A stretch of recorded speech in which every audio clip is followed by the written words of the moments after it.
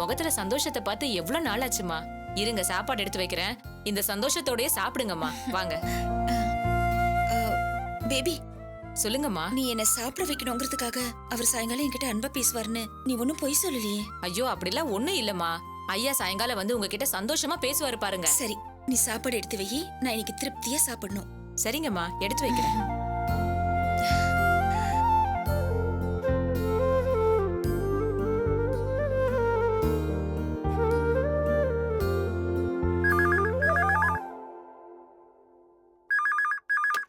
Hello வணக்கம் madam. கார்டியல் அசோசியேஷன்ல இருந்து அருண் பேசுறேன் மேடம். அவர் வீட்ல இல்லங்க, ஆபீஸ்ல இருக்காரு. சார் ஆபீஸ்ல மீட் பண்ணிட்டு தான் உங்களுக்கு ஃபோன் பண்ணிருக்கேன் மேடம். உங்ககிட்ட கொஞ்சம் பேசணும். பிசினஸ் விஷயம்னா நீங்க அவர்கிட்ட தான் பேசணும். எனக்கு இத பத்தி எதுவும் தெரியாது. இது பிசினஸ் விஷயம் இல்ல மேடம், அசோசியேஷன் விஷயம். அசோசியேஷன் விஷயமா? அத பத்தி என்கிட்ட என்ன பேசணும்? அசோசியேஷன்ல நாங்க எல்லாரும் சேர்ந்து செல்வம் சாரை தலைவரா தேர்ந்தெடுக்க முடிவு பண்ணிருக்கோம் மேடம். ஐயோ. என்ன மேடம் ஐயோங்கிறீங்க? நான் ஒன்றும் ஆபத்தான தகவல் சொல்லலையே. பேரும் புகழும் தரக்கூடிய கௌரவமான தலைவர் பதவி தரோன்னு சொல்றோம். நீங்க சந்தோஷப்படாம அதிர்ச்சி அடையறீங்க. இல்லங்க, இந்த தலைவர் பதவி எல்லாம் வேணாம். ஏற்கனவே நிறைய வேலைகளை இழுத்து போட்டு செஞ்சிட்டு இருக்காரு. இதுல இந்த தலைவர் பதவிங்கிற பாரத்தை அவர் தலையில சுமக்கணுமா? அப்படி இல்ல மேடம். சிட்டில இருக்கிற பெரிய அசோசியேஷன்ல இதுவும் ஒண்ணு.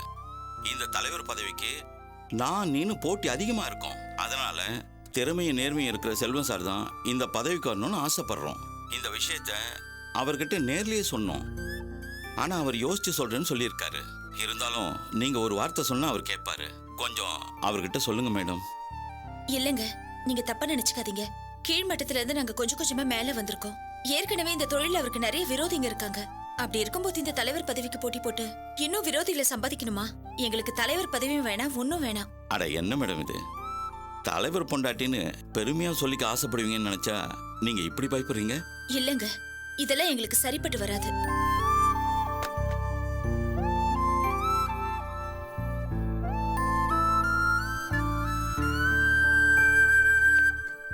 அம்மா வாங்கம்மா சாப்பிடலாம்.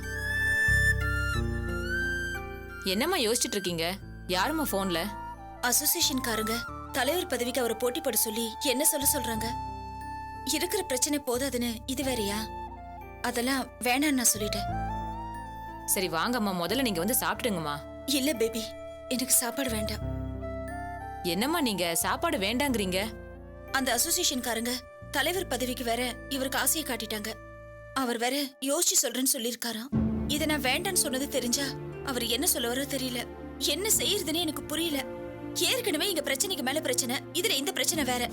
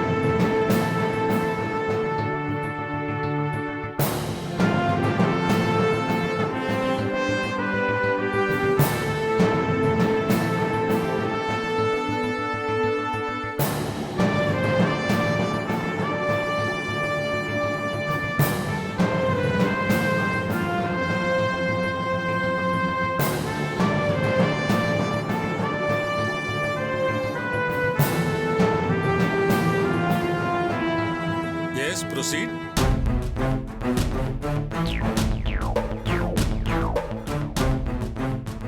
Your Honor, குற்றவாளி கூண்டில் நின்று கொண்டிருக்கும் காவியா ஒரு சாதாரண குடும்பத்தில் பிறந்து வளர்ந்து ஒரு பணக்கார குடும்பத்தில் வாழ்க்கைப்பட்டவர். இவர் கணவர் பெயர் மிஸ்டர் செரி என்கிற Sorimuthu Ayyanar, NMS group of கம்பெனிஸோட MD. சாதாரண குடும்பத்தில் பிறந்து வளர்ந்த இந்த காவியா பணக்கார சொகுசு வாழ்க்கை கிடைத்தவுடன் இவரது மனது தவறான வழியில் செல்ல தொடங்கியிருக்கிறது. அதன் விளைவுதான் தாலி கட்டிய கணவருக்கு துரோகம் செய்துவிட்டு சாட்சி கூண்டில் நின்று கொண்டிருக்கும் இந்த சேகருடன் இவர் தவறான உறவு வைத்திருக்கிறார்.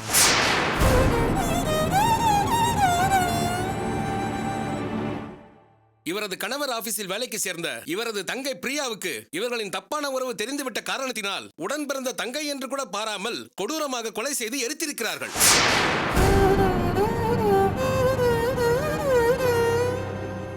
இதோடு முடிந்துவிடவில்லை யுவரானர். இவர்களின் தப்பான உறவை ஆபீஸ் மேனேஜர் ஸ்ரீதர் பார்த்துவிட்டு காவியாவின் கணவர் செரியிடம் சொல்லிவிடுவேன் என்று பிளாக்மெயில் செய்து நிறைய பணம் கறந்திருக்கிறார். எனவே அவரது தொல்லையிலிருந்து தப்பிப்பதற்காக அவரையும் கொடூரமாக கொலை செய்திருக்கிறார்கள்.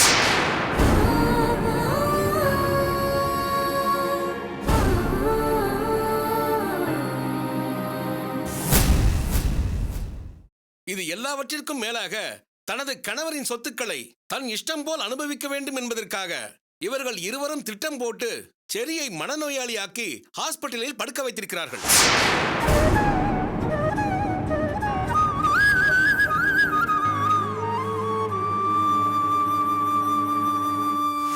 இது எல்லாவற்றிற்கும் சிகரம் வைத்தார் போல தனக்கு உதவியாக இருந்த சேகரையே இந்த காவியா ஆட்களை வைத்து கடத்திவிட்டு சேகரை யாரோ கடத்திவிட்டதாக போலீசில் பொய்யான புகாரை கொடுத்திருக்கிறார். கிணறு வெட்ட பூதம் கிளம்பிய கதையாக சேகரை கண்டுபிடிக்கும் முயற்சியில் இறங்கிய போலீசார் புதைக்கப்பட்ட இந்த உண்மைகளையும் கண்டுபிடித்திருக்கிறார்கள். Objection your honour. அரசு தரப்பு வழக்கறிஞர் கண்ணு காது மூக்கெல்லாம் வச்சு உண்மைக்கு மாறா நிறைய கட்டுக்கதைகளை போலீஸ் சொல்லி கொடுத்தபடி ஒப்பிக்கிறார். இல்லை யுவர் ஆனர், நான் சொல்றது கட்டுக்கதை இல்ல, பொய் கலப்பு இல்லாத உண்மை. எந்த ஒரு பெண்ணும் தன் மீது இப்படிப்பட்ட குற்றச்சாட்டை சொல்லும் போது கத்தி கூச்சல் போடுவார் அல்லது மறுப்பார். ஆனால் இந்த காவியா அமைதியாக இருக்கிறார். அப்படி என்றால் என்ன அர்த்தம்? நான் சொன்னதெல்லாம் உண்மை என்று அவரே ஒத்துக்கொண்டார் என்றுதானே அர்த்தம்? மனசுல உண்மையும் தெளிவும் சத்தியத்து மேல நம்பிக்கை இருக்கிறவங்க கூட இப்படிதான் இருப்பாங்க. வழக்குக்கு தேவையான வாதங்களை மட்டும் தொடரலாம். Objection over ruled. Thank you your honour. நான் கோர்ட்டார் முன்பு சொன்னது அத்தனையும் உண்மை என்பதை இப்போது சாட்சி மூலமாக நிரூபிக்க தங்களின் அனுமதி கோருகிறேன். Permission granted. Thank you your honour.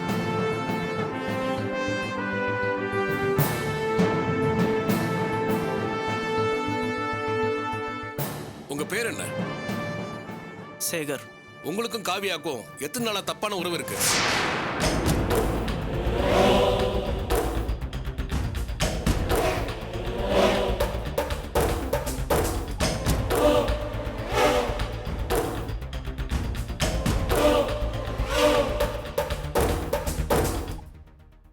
கொஞ்ச நாளா. என்னங்க?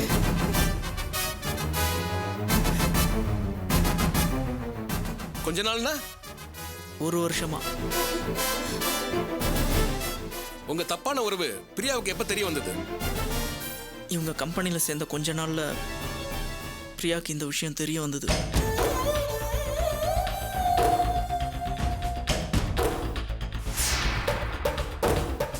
பிரியாவுக்கு இந்த விஷயம் தெரிஞ்சதுக்கு அப்புறம் அவங்க என்ன பண்ணாங்க? எங்க 2 பேரையும் திட்டினாங்க. மாமா கிட்ட சொல்லிடுவேன்னு சொல்லி மிரட்டினாங்க. அதாவது மிஸ்டர் செரி கிட்ட, அப்படிதானே?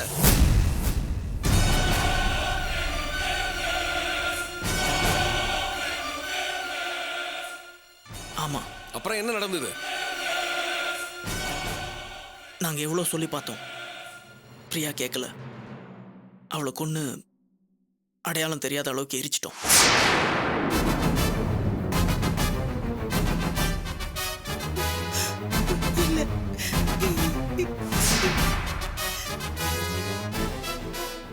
மேனேஜர் ஸ்ரீதரை எதுக்காக கொலை பண்ணீங்க? எப்படி கொன்னீங்க?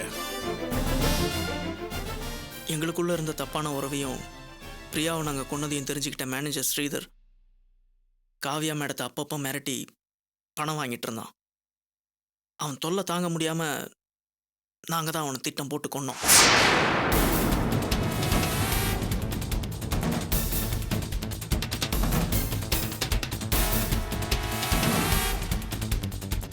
சொல்லுங்க, எப்படி கொன்னீங்க?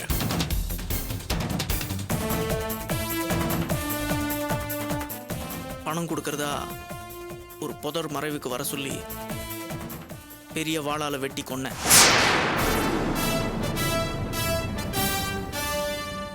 அதுக்கப்புறம் என்ன நடந்தது?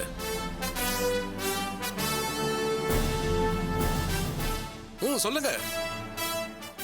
அவங்க வீட்டுக்கார பைத்தியமாக்கணும்னு சொல்லி என்கிட்ட உதவி கேட்டாங்க. அதுக்கு நீங்க என்ன உதவி செஞ்சீங்க? நைட்டு அவர் தூங்கிட்டு இருக்கும்போது காவியா மேடம் செரி சாருக்கு தெரியாமல் கதவு திறந்து வைப்பாங்க. நானும் அவங்க வீட்டுக்குள்ளே போய் கைத்தை கட்டி தொங்க விடுவேன். ஜன்னலோரமாக நின்று முகம் தெரியாத மாதிரி சிரிப்பேன். இதெல்லாம் பார்த்து செரி சாரும் பயப்படுவார். ஆனால் காவியா மேடம் அதெல்லாம் ஒன்றும் இல்லை, இதெல்லாம் வெறும் பிரம்மதான் சொல்லி அவர் குழப்பிடுவாங்க.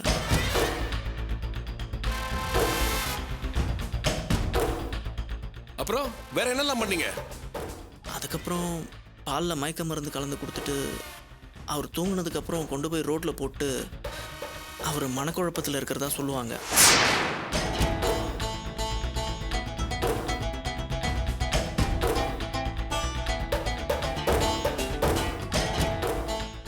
அப்புறம் நான் பக்கத்துலேயே இருப்பேன். காவ்யா மேடம் நான் அங்கே இருக்கிறது தெரியாத மாதிரி நடிப்பாங்க. நான் அங்கே இல்லவே இல்லைன்னு சொல்லுவாங்க. சரி சார் குழம்பி போய் பக்கத்தில் இருக்கிறவங்க கிட்ட கேட்பாரு. அவங்களும் இல்லைன்னு தான் சொல்லுவாங்க. ஏன்னா அவங்களும் நாங்கள் செட் பண்ணி வச்ச ஆளுங்க தான்.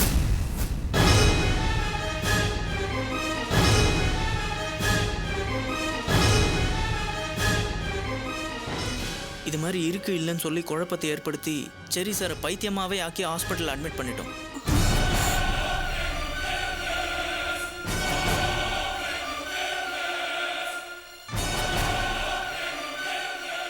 அப்புறம் என்ன ஆச்சுன்னே தெரியல. திடீர்னு என்ன ஒரு 4 பேர் வந்து கடத்திட்டாங்க. அதுக்கப்புறம் போலீஸ் என்னை காப்பாற்றி விசாரிச்சாங்க. நான் எல்லா உண்மையும் சொல்லிட்டேன்.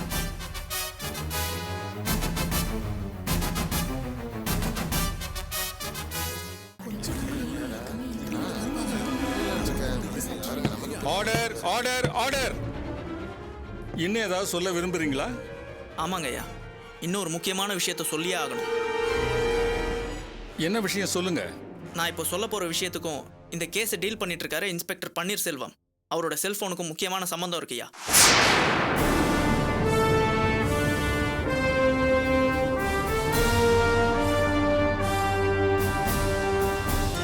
அவர் செல்ஃபோனை மட்டும் ஒரே ஒரு நிமிஷம் என்கிட்ட வாங்கி கொடுங்கய்யா. அதுக்கப்புறம் நான் அந்த விஷயத்த சொல்கிறேன்.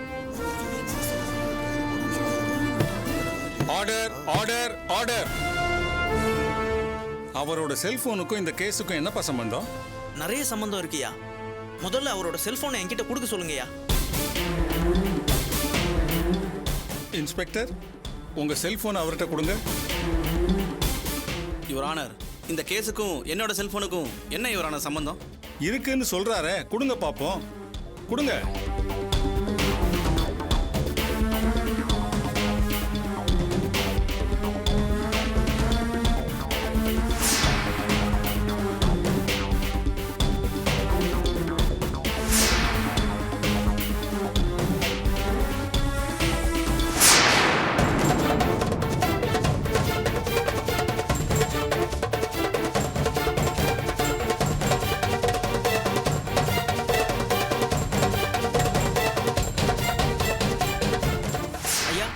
இந்த நம்பருக்கு தாங்க சார் கொஞ்ச நேரத்துக்கு முன்னாடி ஃபோன் பண்ணியிருக்காரு. இப்போ அதே நம்பருக்கு ரீடயல் பண்ணி ஸ்பீக்கரில் போடுறேன், நீங்களே கேளுங்க.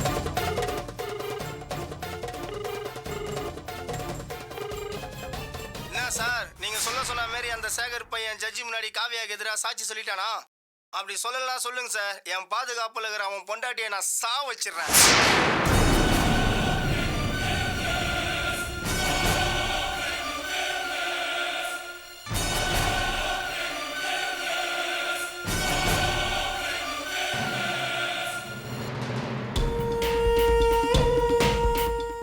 இப்படிதாங்கய்யா என் பொண்டாட்டியை கடத்தி கொண்டு போய் வச்சுட்டு காவியா மேடத்துக்கு எதிராக பொய் வாக்கு மூலமும் இப்போ கோர்ட்ல ஏறி பொய் சாட்சியும் சொல்ல வச்சிருக்காரு இந்த இன்ஸ்பெக்டர்.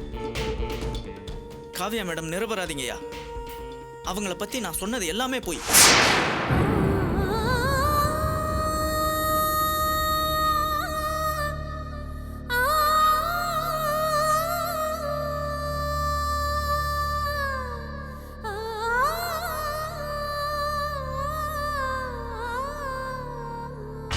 சட்டம் ஒழுங்கை காப்பாற்ற வேண்டிய ஒரு போலீஸ் அதிகாரியே இப்படி ஒழுக்கக்கேடா நடந்துகிட்டதுனால அவரை உடனடியாக கைது செய்ய நான் உத்தரவிடுகிறேன்.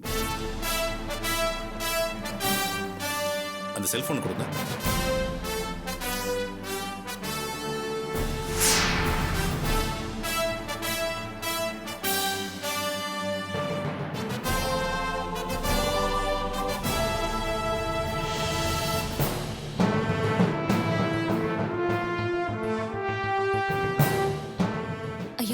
நான் கொஞ்சம் பேசலாமா?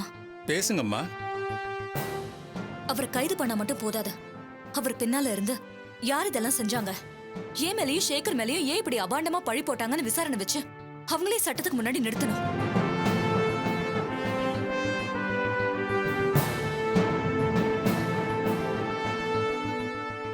இந்த வழக்கில் காவ்யா மீது சுமத்தப்பட்டிருக்கும் குற்றச்சாட்டுகள் அனைத்தையும் ஆரம்ப நிலையிலேயே தள்ளுபடி செய்ய உத்தரவிடுகிறேன். காவ்யா மற்றும் சேகரை நிரபராதி என்று விடுதலை செய்ய உத்தரவிடுகிறேன்.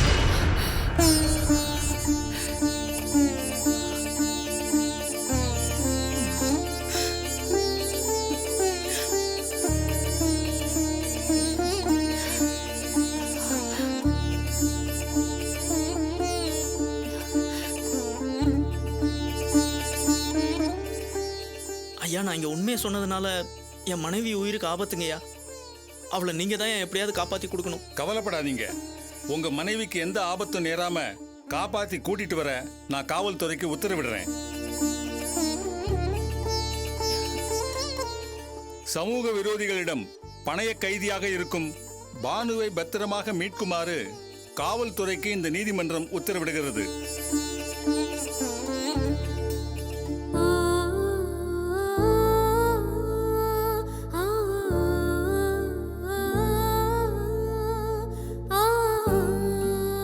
காவியா, காவியா, அம்மா, காவியா, அம்மா.